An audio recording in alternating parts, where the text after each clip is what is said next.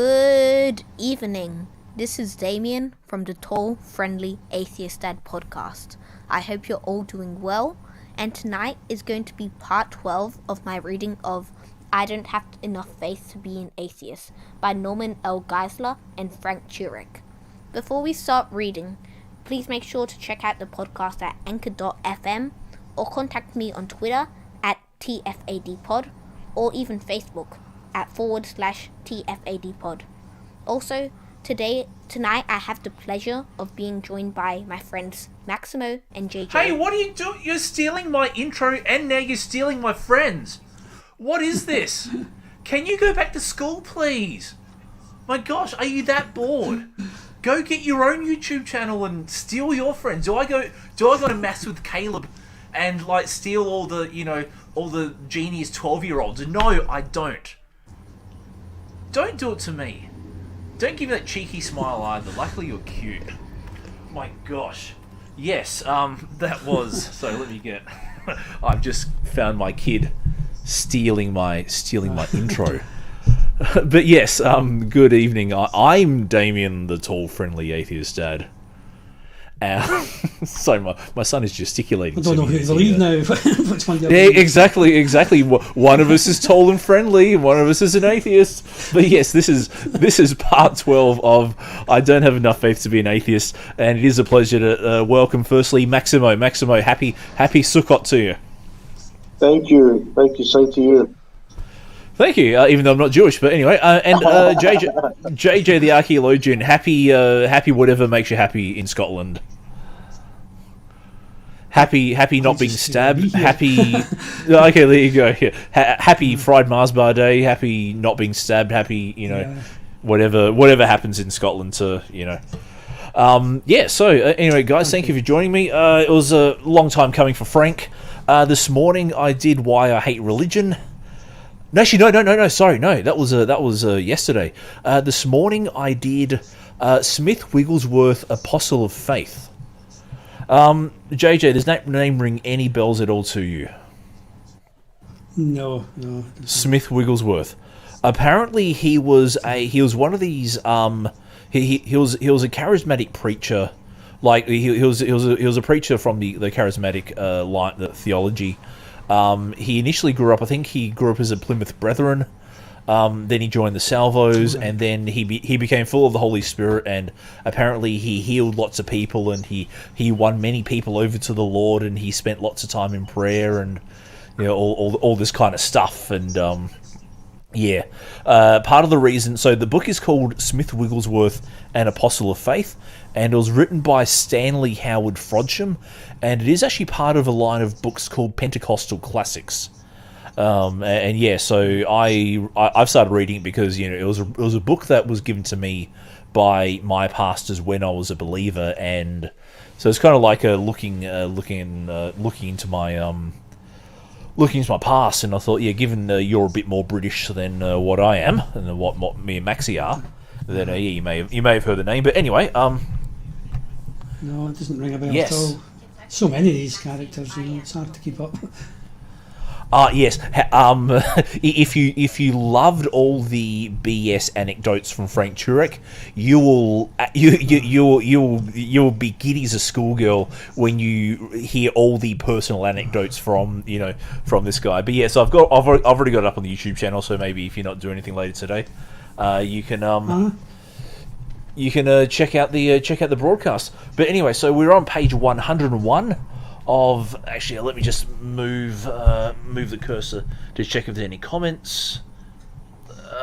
Nope, that's all good there. So we're on page 101 in a chapter called Divine Design. So the heading what we're about to start from is Anthropic Constant number 4, the carbon dioxide level. So just a quick recap of this chapter. This is, how can I say, the cosmological or the fine-tuning argument, where the teleological argument, where basically the universe is apparently designed and finely tuned for human life, and so they've already gone through the anthropic constants of 1, the correct amount of oxygen in the atmosphere. Number 2 is the atmospheric transparency. And number 3 is the Moon-Earth gravitational interaction. So about to get to number 4, the carbon dioxide level. So with the click of the fingers, 3, 2, 1. Of course, such a rig is not necessary here on Earth, because just the right level of carbon dioxide is maintained naturally in the Earth's atmosphere. This is another anthropic constant. If the CO2 level were higher than it is now, a runaway greenhouse effect would develop. We'd all burn up. If the level were lower than it is now, plants would not be able to maintain efficient photosynthesis. We'd all suffocate, the same fate the astronauts are trying to avoid. Thankfully, the rigged filters work and buy the crew valuable time and breathable air. Sorry, so I forgot to mention that this was in the context of the Apollo 13 mission that failed partway through, and the guys had to overcome some pretty decent challenges to make it back to Earth. So one of the things in the capsule is that oxygen is running out. One, oxygen is running out, but 2, the amount of carbon dioxide is building up. So when the book says rigged, they were trying to replace the carbon dioxide filters, and they had to jerry rig some filters to make sure they actually worked. So here we go. So 3, 2, 1. Thankfully, the rigged filters work and buy the crew valuable time and breathable air. Soon the time arrives to jettison the crippled service module. As the service module falls away, the crew sees for the first time the extent of the damage. The oxygen tank explosion blew a 12 by 6 foot panel off the side of the service module, tilted the fuel cells, and damaged an antenna. Had the explosion less than half that magnitude occurred near the heat shield of the command module, it would have resulted in a catastrophic failure of the spacecraft and loss of the crew. As they approach re-entry, the crew climbs back into the command module in an attempt to power it up. This is their only hope of getting home. The landing module doesn't have a heat shield. But with all 3 fuel cells dead and only battery power available, the normal command module power-up procedure will not work. Not every system can be brought online because there simply isn't enough juice in the batteries. As a result, they have to rely on a new power-up procedure that other NASA engineers and astronauts have just finished developing on the ground. So we're just about there. To complicate matters, condensed water is now dripping from the command module panels where the temperature is a frigid 38 degrees. Will the panels short? Will the necessary systems come online? This is a dangerous environment in which to apply power, but they have no choice. Despite the danger, the new power-up sequence succeeds, and the astronauts strap themselves in for re-entry. Back on Earth, the world fixates on the fate of the 3 men. News bulletins and press conferences give timely updates. Congress passes a resolution for the American people to pray, and the Pope urges the world to pray as the 3 brave Americans in a damaged capsule accelerate towards the Earth's atmosphere at a tremendous speed. In a short time, they will be pulled by the Earth's gravity to a maximum velocity of nearly 25,000 miles per hour. That's almost 7 miles per second. So, this is interesting though that his argument is only in that very first paragraph, and it is a very basic argument. If there were too much carbon dioxide, a runaway greenhouse would develop, and if there was not enough carbon dioxide, plants wouldn't be able to maintain efficient photosynthesis. That doesn't say anything about design. It just says, hey, what we have right now works, which is a bit of a. And then he spends the rest of that section going over what happened in the Apollo 13, the Apollo moon landing module. She should learn to speak English. But yeah, what are your thoughts, guys? I think it's just another example of. Sorry, JJ? Just to me, it's just another example of, would life be like it is right now if the conditions were different? They're saying, well, the life we have now wouldn't exist in those conditions, but perhaps other life would. Just because we need, well, that's a basic rebuttal to that sort of argument. Just because we need things at a certain level, it doesn't mean that we couldn't have evolved differently. It's a puddle thing, isn't it? It's... Yeah, as I say, like Maxi, are you familiar with the puddle analogy? No, what's that?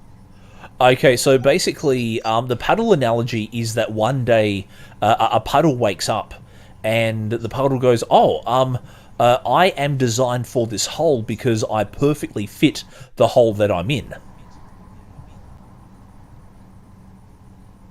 Okay. Yeah, so what the puddle analogy is sort of like, we think the universe was designed for us because we happen to live in here. Whereas if you look at the science of evolution and the fossil record and all that,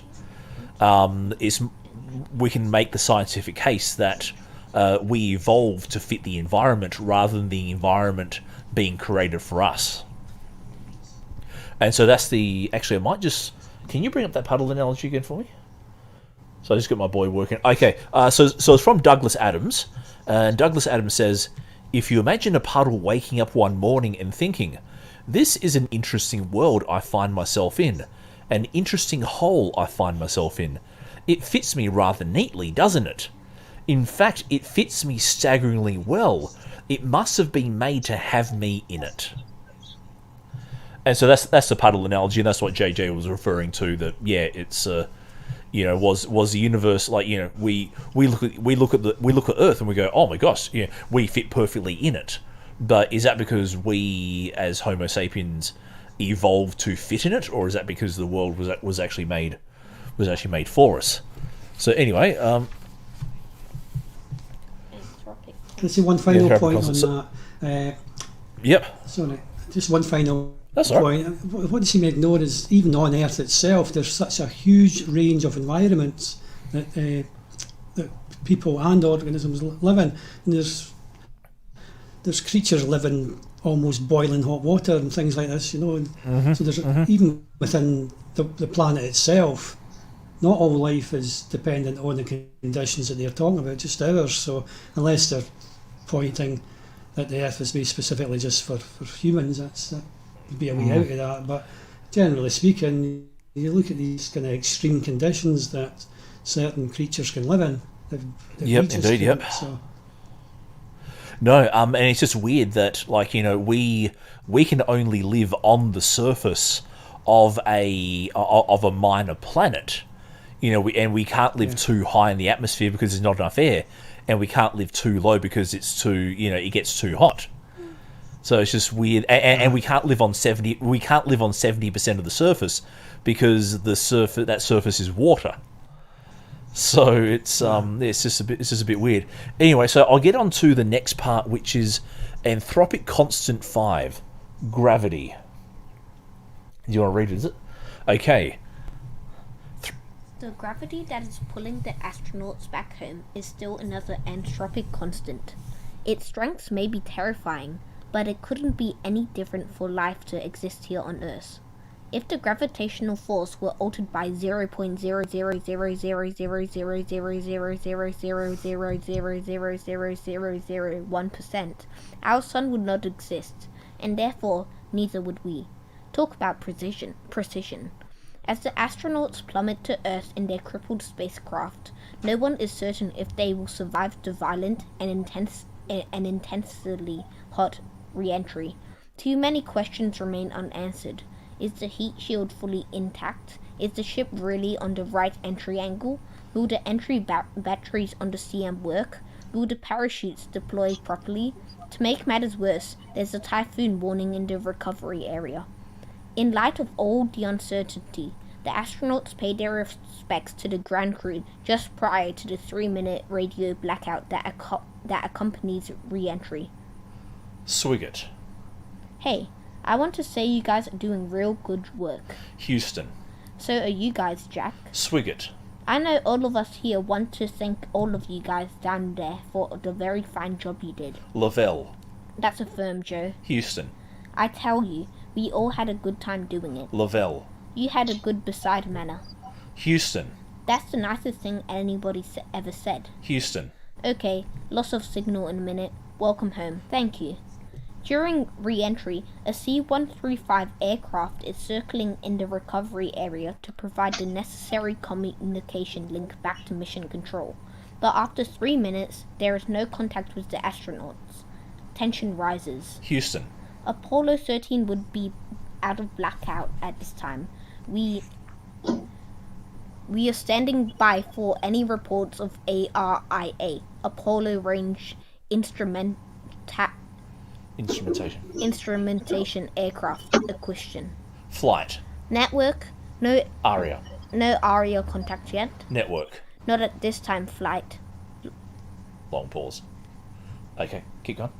4 minutes since re-entry. Still no contact. No re-entry has ever taken this long. Houston. Standing by for any reports of acquisition.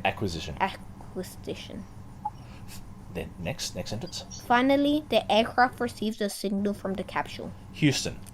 We got a report that Aria 4 aircraft has acquisition of signal, but there's no confirmation yet that anyone is alive. Houston. Odyssey, Houston. Standing by. Over. To the relief of everyone, Swigert finally speaks up. Swigert. Okay, Joe. Houston. Okay, we've reached you, Jack. The astronauts are alive, but one last hurdle remains. 2 stages of parachutes. First the drogue, and then the main must work or all will be lost. Without successful parachute deployment, the astronauts will be obliterated as their capsules impact the ocean at 300 miles per hour. Houston. Less than 2 minutes now till time of drogue deployment. Waiting. Houston. Reports of 2 good drogues coming up now on main chutes. Standing by for confirmation of main chutes deploy. The main parachutes deploy as designed, and Houston gains visual contact. Houston. Odyssey, Houston. We show you on the mains. It really looks great. Finally, after 4 days of nail-biting suspense, the astronauts, mission control, and the rest of the world breathes a sigh of relief. Houston. Extremely loud applause here in mission control. Extremely loud applause as Apollo 13 on the main chutes comes through loud and clear on the television display here. Splashdown occurs at 1:07 p.m. Eastern Time on April 17th, 1970. Hey, very good. Very good job. Very good play. Yeah, very well. So yeah, but again, this is the thing I've realised that I don't know what happened to Maxi. Maxi's probably restarting his system, but he's made his very weak argument in the first paragraph, and then he's dressed the rest of it up in the story. This is like I don't get. So I don't get, like, you know, like how this made it past the editors, how anyone thinks this is a case for design. Okay, so if gravitational force were different, it would be different. But yeah, it's like, okay, if basically the argument from design is if things were different, they'd be different, therefore God. And I don't quite get that. That's yeah, that's a bit bit weird. But like, so he does actually have a reference. I'm not going to chase the reference down, but yeah, he hasn't actually, like, I have read stuff that gravity doesn't need to be so precise for us to survive. You know, there may have been like one person who said that gravity needs to be like fine tuned down to a percent, but even then, like, I came up with an argument against design. So, for example, every design has alpha, beta, and pilot stages. the universe was designed, therefore the universe has alpha, beta, and pilot stages. You know, where are the alpha, beta, and pilot stages of the universe? Yeah, you should think about the design argument. It's really an analogy, isn't it? It's more than Correct. Yes, it's comparing it to something. that's The it. You know, strength of it's, an analogy. That's really what it is. The strength of analogies are in how similar things are.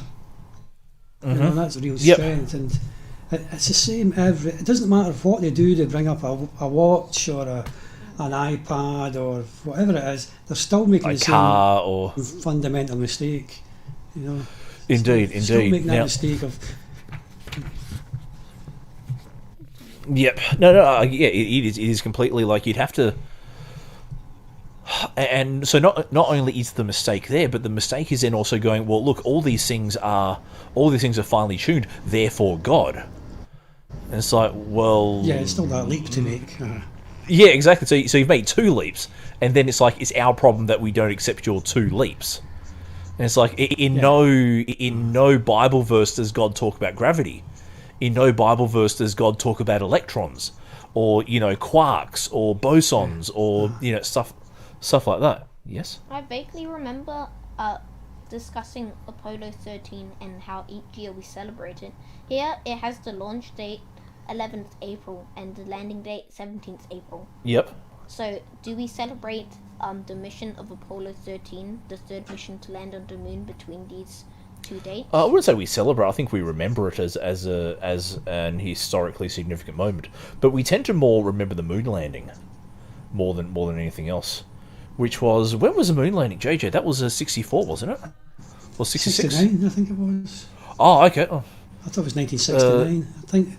Okay. I'm sorry. I don't want to sound mean by saying this, but I think it was a bit closer to your time than mine. First moon landing. So yeah, I know it was 60s. But I'm just trying to think. No, that's fine. All right. So while my researcher is. Oh, here we go. No, he's bringing 1969. July 20th, 1969. Okay, there we go. So that was yeah. yeah, 64. yeah, up the top there. Yeah. Yep. So okay, so by within 1 year, they had already sent 3. So that was Apollo 11. Yeah, so then 12, then 13. Oh, so Apollo 13 is the third mission. Correct. Yep. Whereas Apollo 11, I presume, is the first. Yeah, but I don't know why they went with 11, but probably because they'd already probably the first 10 rockets were Apollo. Then the first one with humans going to the moon was the 11. I don't know. It's and that's when Neil Armstrong became one of the most notable people in man. That is correct. Yes. Okay. So anyway, I love discussing this, but I've got a book to read. Okay. Okay, so 3, 2, 1. The anthropic principle, the design is in the details. When some in mission control began to express doubts that the astronauts would return alive, Flight Director Gene Kranz countered their pessimism with, "Gentlemen, I think this is going to be our finest hour." Indeed it was. Apollo 13 became known as a successful failure. The astronauts failed to walk on the moon, but they successfully returned to Earth despite nearly lethal conditions. Just as the crew survived against all odds through those lethal conditions, we too survive against all odds on this tiny planet called Earth. The Apollo spacecrafts, like our Earth, were designed to maintain human life in the very hostile environment of space. Since human beings can only survive in a very narrow envelope of environmental conditions, these ships must be designed with incredible precision and began a cascade of events that ultimately led to its explosion. Due to the interdependent nature of the components, the failure of the oxygen system led to the failure of other systems and almost to the loss of the spacecraft and crew. Think of it, that one little 2-inch drop led to all the problems the astronauts had to overcome in order to survive. It resulted in too little oxygen, water and power, and too much carbon dioxide and navigation error. Like a small change in the spaceship, a small change in the universe would result in big problems for us as well. As we have seen, scientists have discovered that the universe, like a spacecraft, is precisely designed to create the very narrow envelope of life-supporting conditions here on Earth. Any slight deviation in any one of a number of environmental and physical factors, what we've been calling constants, would preclude us even from existing. And like the components on Apollo 13, these constants are interdependent. A small change in one might affect others and could prevent or destroy the conditions necessary for life. The extent of the universe's fine-tuning makes the anthropic principle perhaps the most powerful argument for the existence of God. It's not that there are just a few broadly defined constants that may have resulted by chance. No, there are more than 100 very narrowly defined constants that strongly point to an intelligent designer. We've already identified 5 of them. Here are 10 more. And okay, so before I get into those 10, yeah, I'm just like, let's try to take this in again. He's gone into a lot about the Apollo 13 mission, and I actually like, I'm actually captivated by the story of the Apollo 13 mission, but it's so. For example, okay, so where he's got the line here. As we have seen, scientists have discovered that the universe, like a spacecraft, is precisely designed to create the narrow envelope of life-supporting conditions. Now the thing is though that with design comes failed. With a successful design comes failed designs. So where were the failed designs that God was trying before we've got put on Earth? And this is the thing. This completely forgets the fact that there are, billions of galaxies, billions of stars, with billions of planets. And I think it's called the Goldilocks zone. And there are heaps of planets that scientists have already identified in the Goldilocks zone. So, it's sort of like. And the other thing I'm thinking is that, like, when humans design tools or design, measurements or calibrate things, one, there's a design process, but there's also like pre-existing materials that are used to get those measurements and for those designs. So if you want to say the universe is designed, then you have to make the point. You have to accept the point that the universe was made out of pre-existing material. If you're going to say that God magically created the material and then magically made it with such precision, then you're kind of just relying on magic.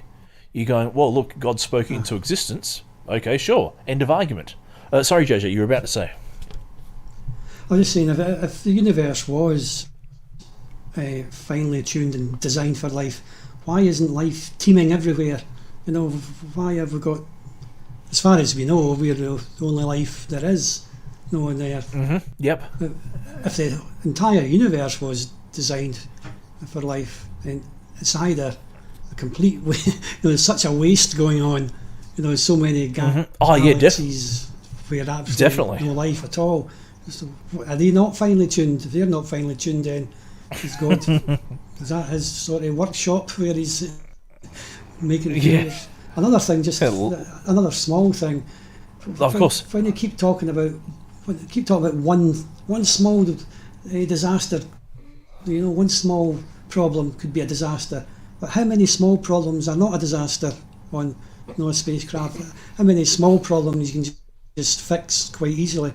It's just like if anything goes wrong in a spaceship here, or it's going to be a complete disaster, which is just not the way things are. We can adapt. If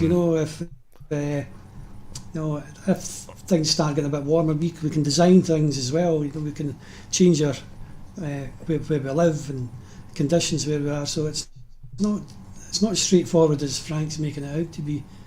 No. Sorry, did you want to say something? It's the Goldilocks zone, the habitable zone. Correct. Yes. So planets have to be a certain distance from a star. It's like they can't be too hot and can't be too cold.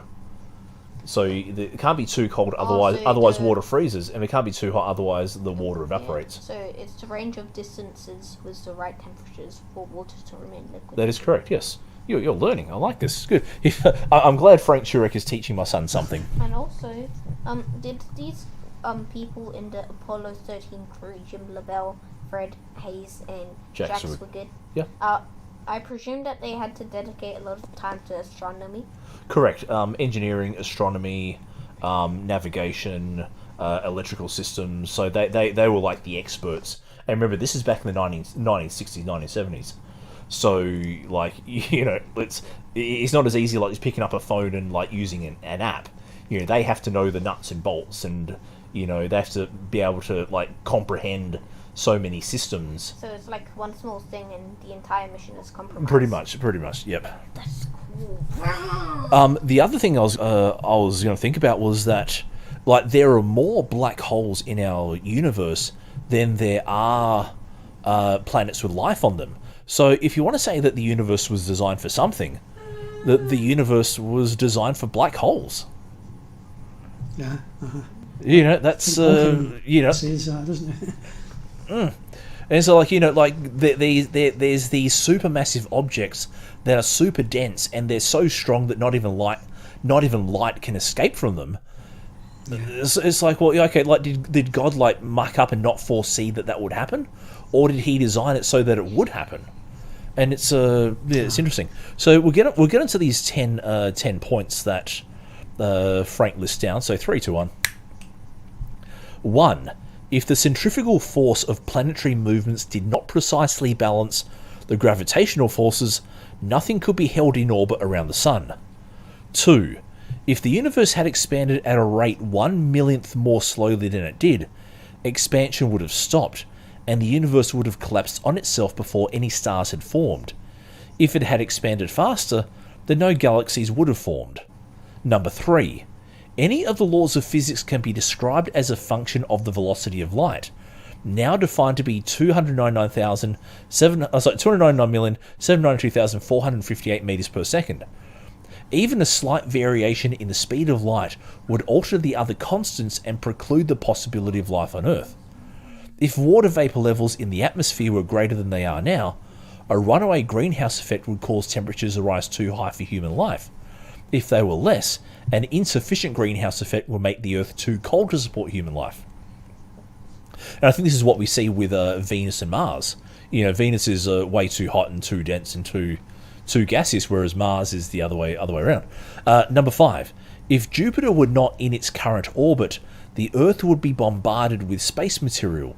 Jupiter's gravitational field acts as a cosmic vacuum cleaner, attracting asteroids and comets that might otherwise strike Earth, which I find funny because we already get struck with comets and other stuff already.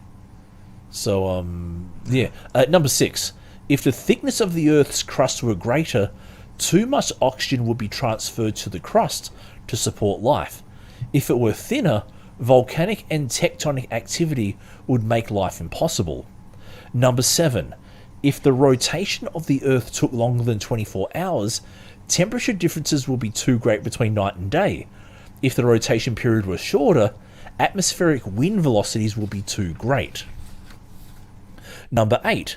The 23-degree axial tilt of the Earth is just right. If the tilt were altered slightly, surface temperatures would be too extreme on Earth. 9.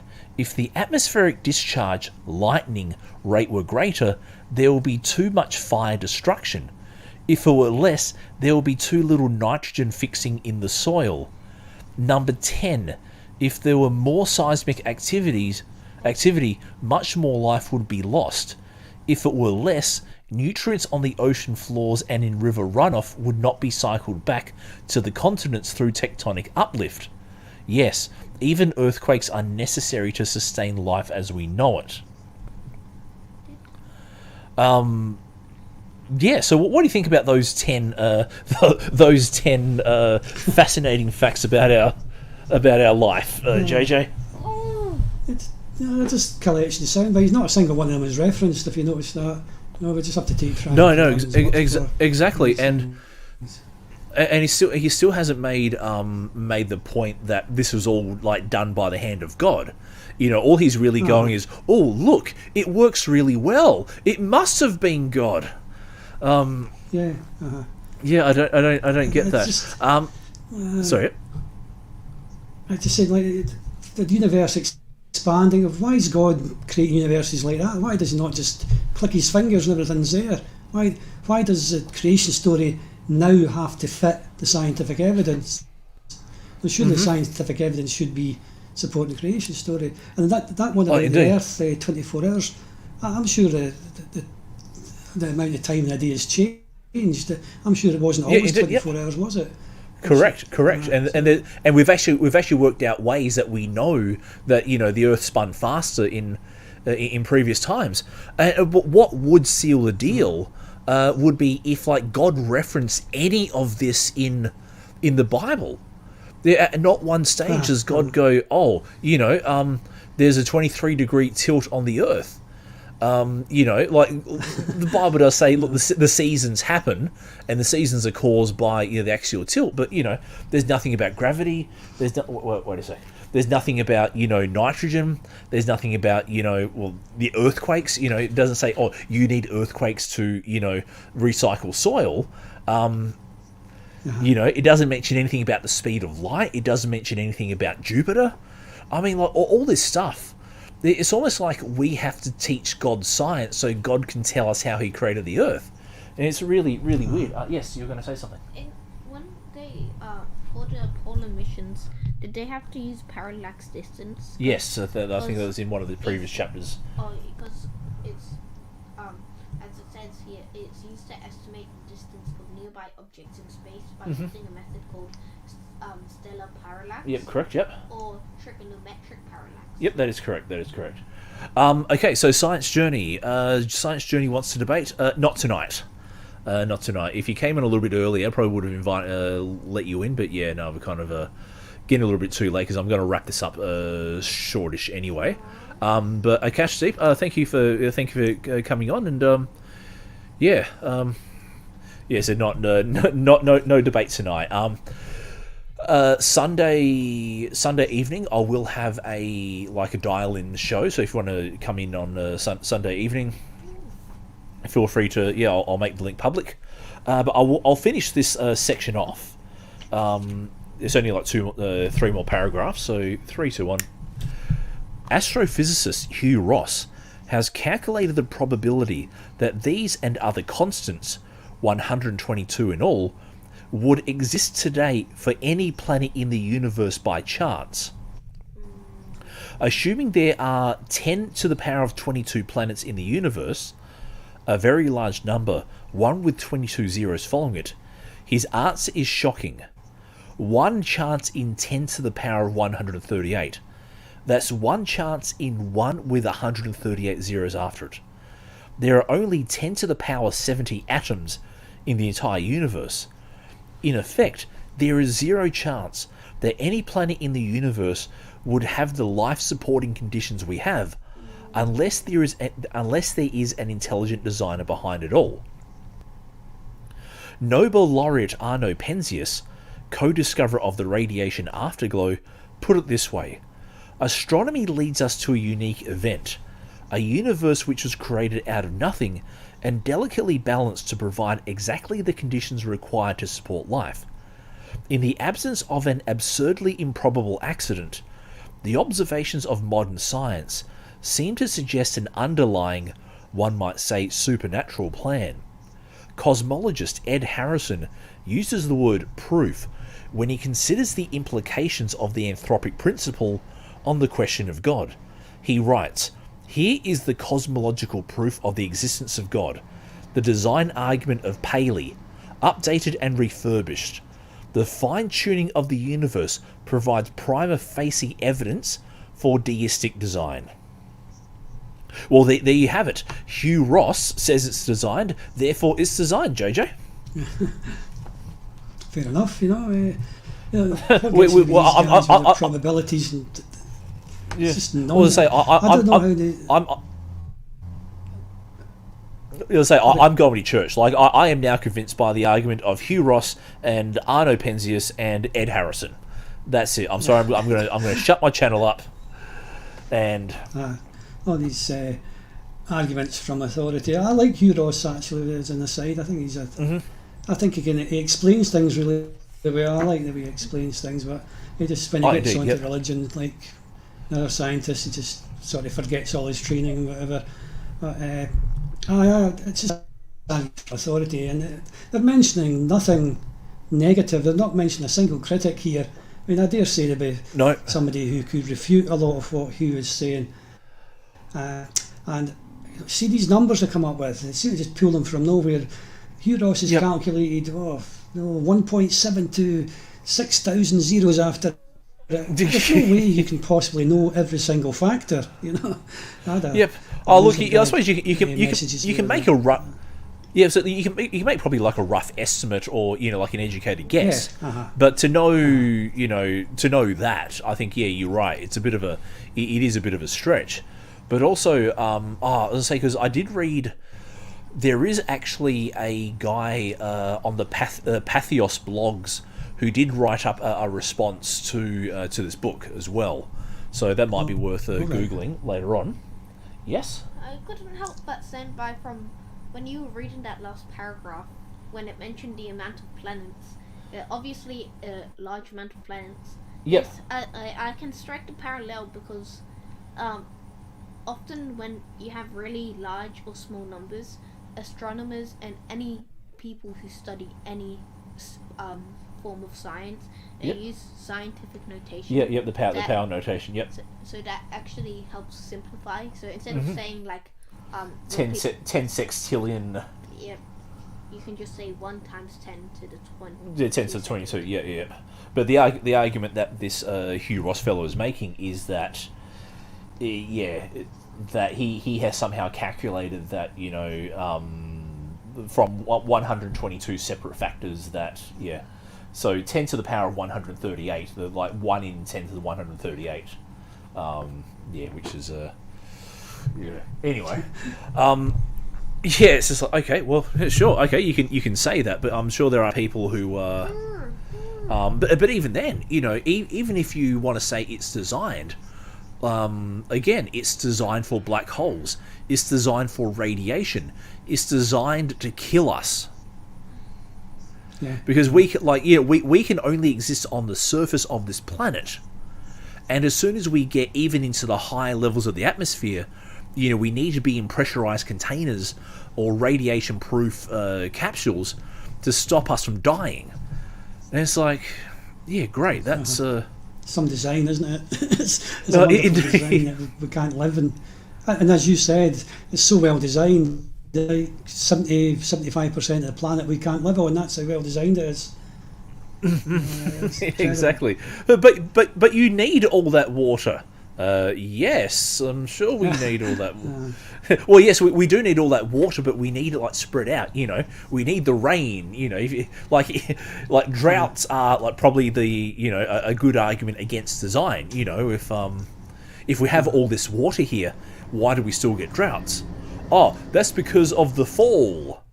Okay, thanks. That's exactly what I wanted. Back to the fall, Exactly, like when it works, it's intelligent design. When it fails, it's because Satan is monkeying with the weather patterns. Well, there's always a reason, isn't there? Indeed. Anyway, JJ, before I wrap this up, what do you got on for the rest of today? More studying today. I'm still working on the Tell Dan inscription. I was going to ask you about that. How's it coming along? Fine. I think maybe another week or so, and I'll have it done. What I want to do is try and use my teaching experience to be able to explain things quite simply, because there seems to be a lot of there is a lot of misinformation out there. There's some like Tell Dan or the Merneptah Stele. I want to kind of use my teaching experience to be able to explain to the average punter just exactly what's going on, so I need to get a website up and running. And I've taught myself quite a lot of HTML, so I'm actually quite good at building and designing websites. It's something that I've taught myself. So excellent. Once maybe another week or so, I'll I'll maybe host a small website and put it up there, and then start adding maybe an essay or two a week to it. So that's more or less it. The weather's quite nice today, so I might go for a walk, get some fresh air. Okay. Fair enough. Yeah, because the last 2 days we've been like 10 degrees. Yeah, and that's like the maximum. Yeah. And it's been like windy and blowy and raining, and it's like, well, okay, yep, great winter weather, even though we're officially in spring. So yes, We get that every day. It doesn't matter. Yeah, true, but for us it's like, yeah. Are you going to do a like sort of chill Sunday session? Maybe we'll see. We'll get to Sunday. Like I'll have another like open like talk back kind of show on Sunday. So you can debate me. Maybe, yes. Anyway, JJ, thank you for popping in. Thank you to Maxi. If Maxi's still listening, love you, brother. Hope you're well. And until next time. Goodbye. Look after yourselves. Stay safe. If you want to check out any of the other reading sessions we've done, go to the YouTube channel, search for Tall Friendly Atheist Dad Podcast. Otherwise, jump on Twitter. Look for me at TFADpod. Facebook.com/TFADpod, head over to www.tallfriendlyatheistdad.com, or head over to anchor.fm/TFADad. Otherwise, till next time, see you later. I am sure of